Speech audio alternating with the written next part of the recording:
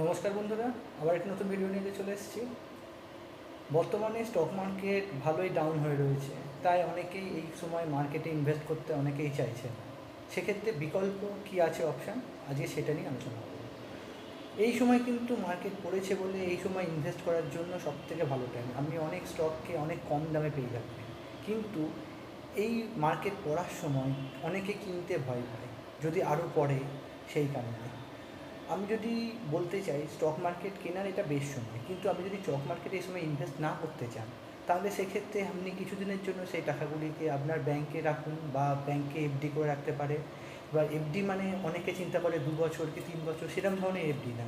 আপনি সেক্ষেত্রে কিছুদিনের জন্য বা 2 মাস বা 3 মাসের এফডি করে রাখুন, তারপরে আপনি সেটাকে তুলে আবার স্টক মার্কেটে রাখতে পারেন।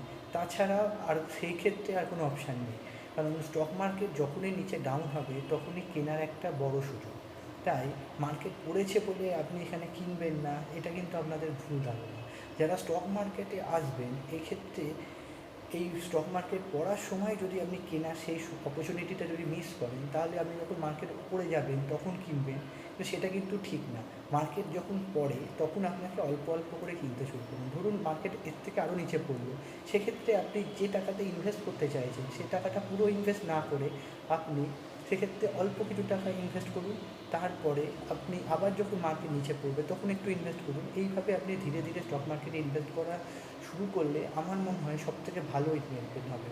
এছাড়া আপনি যদি ল্যামসামে কিছু রাখতে চান, আমি বলবো এই সময় ল্যামসামের থেকে আপনি এসআইপি মারফত ধীরে ধীরে অল্প অল্প করে স্টক মার্কেটে টাকা ইনভেস্ট করা শুরু করুন।